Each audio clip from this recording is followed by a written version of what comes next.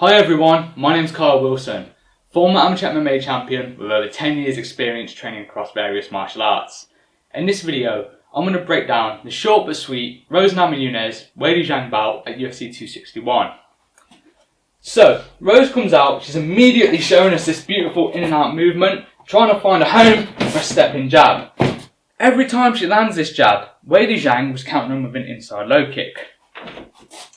With the stepping jab, this is a great shot because it allows you to cover range on your opponent. It's obviously stepping forward into range, whereas I couldn't, or I could just about touch my opponent from here.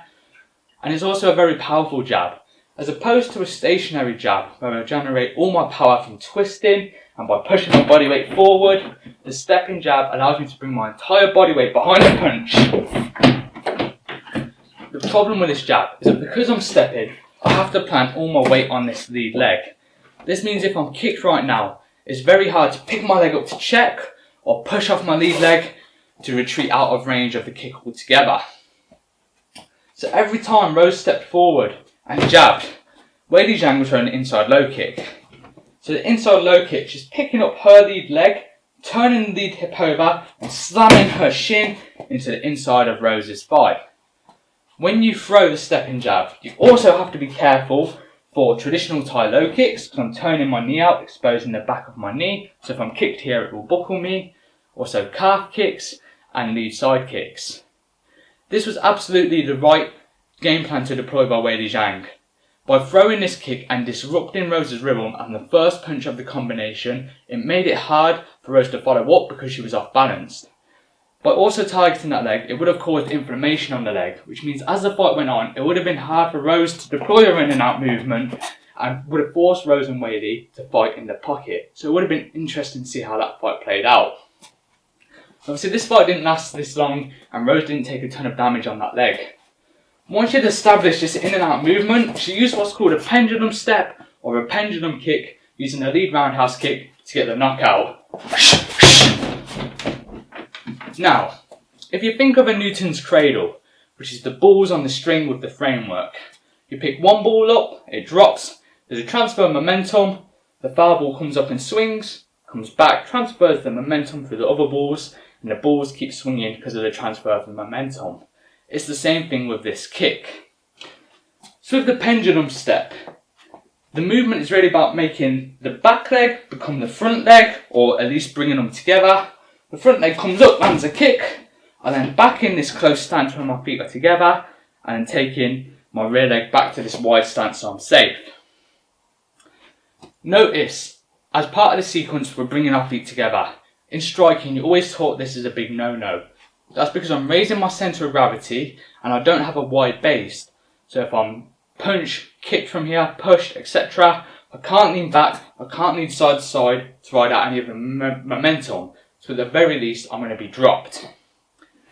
However, because we cover so much range with this technique, even when I bring my feet together, I'm still quite far away from my opponent. I certainly can't punch above from here, I can just about reach with my fingertips. Bear in mind as well, that this step is normally used to set up a kick, which is a very lengthy tool from here. So unless my opponent's trying to time a kick on me, they certainly can't punch me from here. And as with anything, there's a risk and reward benefit. I'm not never going to jab my opponent because it leaves my ribs open. You just need to know how to use your tools properly to minimise the risk. So again, with Rose, she actually stepped forward from quite far out of range on Weili with her front leg, but her rear leg to her front leg, through the rear roundhouse kick, landed it back in this stance with her feet together, and then took her rear leg back into a wide stance. That was the sequence that dropped Weili. Rose then followed up with a barrage of vicious ground and pound. There wasn't a whole lot that I can break down there, it was just killer instinct from Rose. I think she knew that she'd hurt Weili with that kick and just needed to put a full stop on it so the referee stopped the fight. The thing I really like about this sequence is that there was no switching of the hips.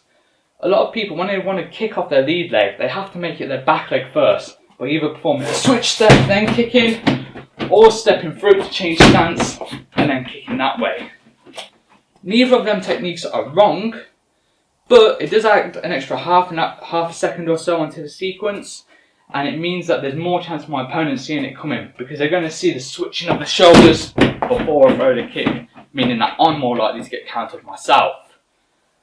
When you're skilled and supple enough to kick off the front leg with no wind up, you're going to catch a lot of people off guard. People aren't used to being kicked off the lead leg without seeing it coming first and from no wind up.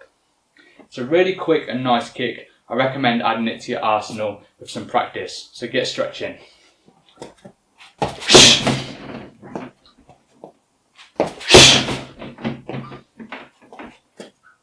If you've enjoyed this video, please press the like button below and subscribe for more technical martial arts videos like this one and workout videos.